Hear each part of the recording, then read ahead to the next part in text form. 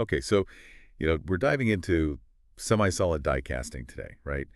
And, you know, I got to say I was kind of blown away by all the info you sent over. Yeah, it's a pretty fascinating area, and it's gaining a lot of traction, with manufacturers who are really pushing the limits of what's possible with metal parts. Right, and it seems like there's a lot to unpack here. So let's, hmm let's try to break it down in a way that makes sense, for folks who might not be, total metallurgy experts, but are, interested in, how things are made. Absolutely, yeah. And I think one of the best places to start is with the core concept here. Like, what exactly is semi-solid die casting, and how does it differ from, the traditional die casting methods that we're more familiar with? Yeah, let's dive into that because that's what really caught my eye.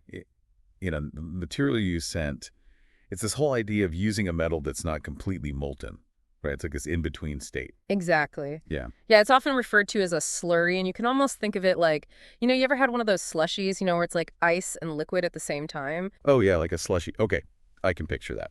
Yeah, so in semi-solid die casting, you're injecting this metal slurry into a mold instead of using completely liquid metal, and that seemingly subtle difference has a pretty significant impact on the final part. Okay, so help me understand this. Why is using a partially solid metal better than just, going with the fully molten stuff? Well, think about it like this. When you pour a liquid really fast, what happens? It splashes around, gets turbulent? Precisely, and that turbulence is actually a big problem in traditional die casting because it can lead to a bunch of defects in the final part. Ah, okay. So you're saying with the semi-solid slurry, it's kind of like it flows more smoothly, so you avoid all that splashing and swirling. Exactly, and that smoother flow leads to a drastic reduction in defects like porosity, which is basically tiny air bubbles trapped in the metal, and shrinkage, which can mess up the dimensions of the part. So fewer flaws right off the bat, and I'm guessing that translates to a stronger, more reliable part in the end. You got the resulting components are generally much tougher,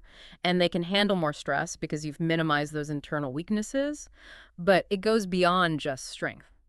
Oh, really? In what way? Well, the lower casting temperatures used in semi-solid die casting are also much gentler on the molds themselves. Oh, that makes sense. Hmm. I mean, if you think about constantly heating and cooling something like glass, it eventually weakens, right? Exactly the same principle applies to die casting molds. The lower temperatures mean they experience less thermal stress and therefore they last significantly longer.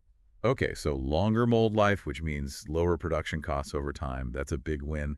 And I think the material also mentioned something about the surface finish being better with semi-solid casting. Absolutely. One of the really cool things is that you often get a much smoother surface finish straight out of the mold, so you can potentially eliminate or at least drastically reduce those secondary finishing steps like grinding and polishing.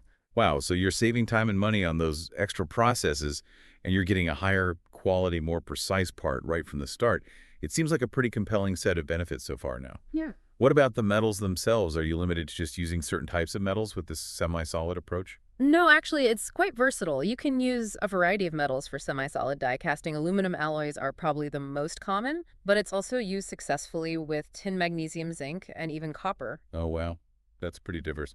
And speaking of aluminum, the information you sent mentioned some specific aluminum alloys that are frequently used. Yeah. Could you give us some examples and maybe a little insight into why they're preferred? Sure. Some of the common ones you'll encounter are A380, ADC12, AlC9Q, AlC12, and A356. Each of these alloys has its own set of characteristics that make it suitable for particular applications. Okay, like what kind of characteristics are we talking about? Well, for example, A380 is known for its excellent castability in the semi-solid state, making it ideal for intricate geometries, while ADC12 offers a good balance of strength and corrosion resistance. So it's all about choosing the right tool for the job, I guess. And this material flexibility really opens up the possibilities for where semi-solid die casting can be used, right? Absolutely. It allows engineers to fine-tune the material properties to meet the specific demands of the application, whether they need high-strength lightweight or resistance to harsh environments. Okay, so where are we actually seeing semi-solid die casting making a difference, in the real world? Which industries are really embracing this technology? It's being adopted across a really wide range of industries. Automotive is a big one. They're using it for things like engine blocks, transmission housings, even structural parts of the car chassis where reliability and strength are absolutely crucial. Yeah, it makes sense for the automotive industry where safety and durability are paramount. What about other sectors? Well, aerospace is another area where semi-solid die casting is having a huge impact. The ability to manufacture lightweight yet incredibly strong components is a game changer for aircraft fuel efficiency. Right. Lighter planes mean less fuel consumption, which is good for both the environment and the bottom line. Are there any other notable examples? Absolutely. The marine electronics industry is using it for things like radar housings and heat sinks because they need components that can withstand the harsh conditions of salt water and constant exposure to the elements, so durability and corrosion resistance are key there. Okay, so we've got cars, planes, boats, all benefiting from this technology. What other fields are jumping on board? The medical device industry is increasingly using semi-solid die casting for things like housings, for surgical tools, and other precision components where accuracy and consistency are really critical. Yeah, you definitely don't want any flaws in a surgical instrument. And what about robotics? I imagine there's some applications there as well. Definitely, robotics relies heavily on durable wear-resistant parts that can handle repetitive stress and movement, so the high density and minimal distortion you get with semi-solid die casting make it a great fit for producing those critical robotic components. It's amazing to think that the same technology is being used to make such a wide range of products now when engineers are designing parts specifically for semi-solid die casting. Are there any special considerations they need to keep in mind?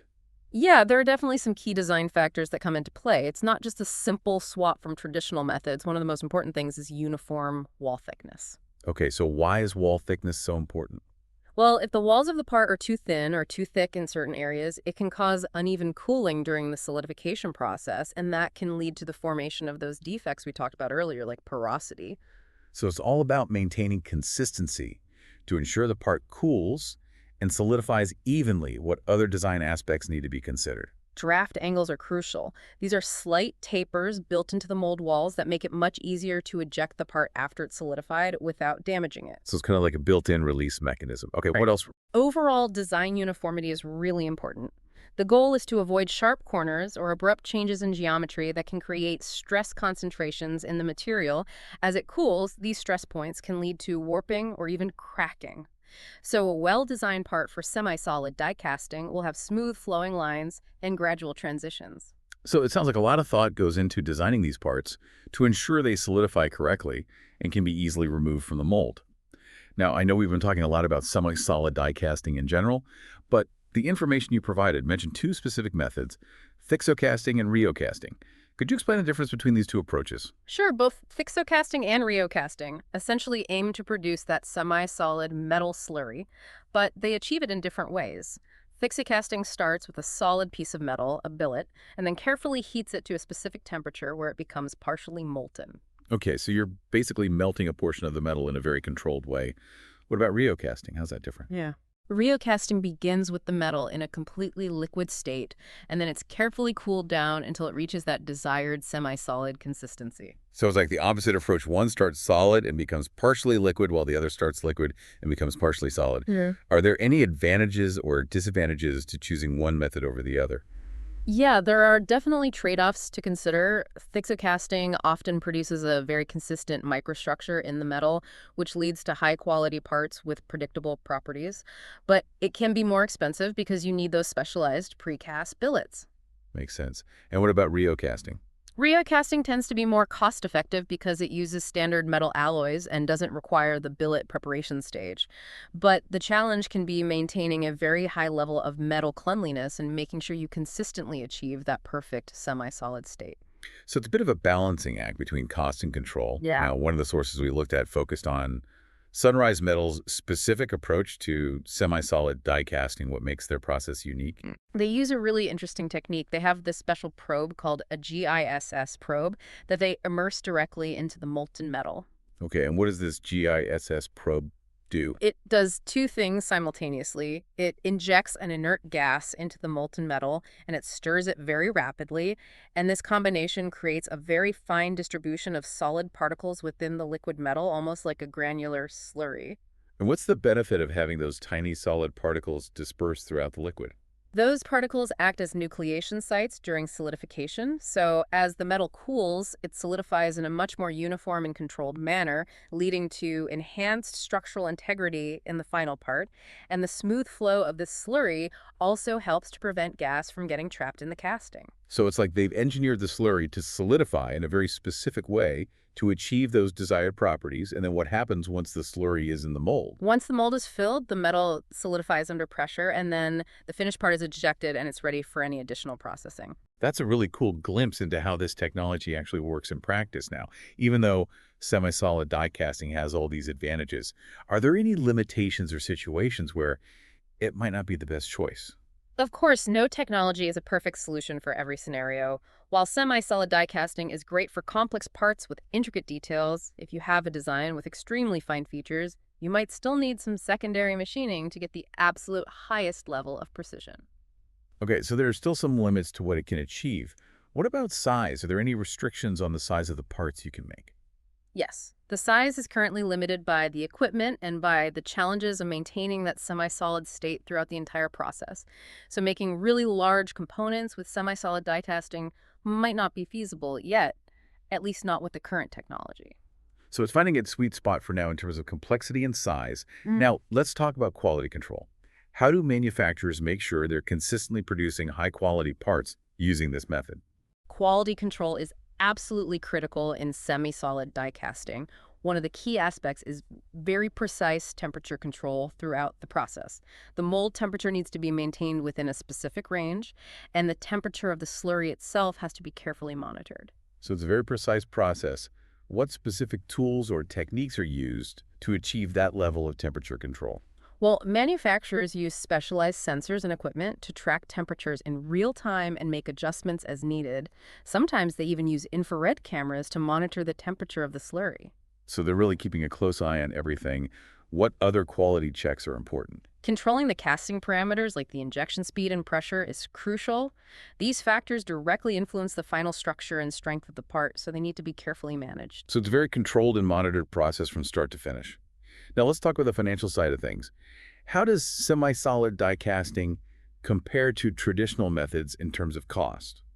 I imagine the initial investment for the equipment is probably higher. You're right. The upfront costs for setting up a semi-solid die casting operation can be higher than traditional methods, but it's important to look at the bigger picture and consider the potential long-term cost savings. And where do the savings come from? Well, because you're getting better quality parts right out of the mold, you often need less machining, which saves time and money. The reduced defect rate means less wasted material, and the lower operating temperatures can lead to energy savings over time. So while there might be a higher initial investment, the operational costs and improved efficiency can lead to a lower total cost of ownership in the long run. That's fascinating. I've learned so much today about semi-solid die casting. It sounds like a game changer for manufacturing. It really is, and I think we're just scratching the surface of what's possible with this technology. Well, you've definitely given us a lot to think about. So here's a question for our listeners to ponder as we wrap up, considering the benefits we've discussed. What other industries, beyond the ones we've already mentioned, do you think could be revolutionized by semi-solid die casting in the future? What new applications or products might become possible as this technology continues to advance?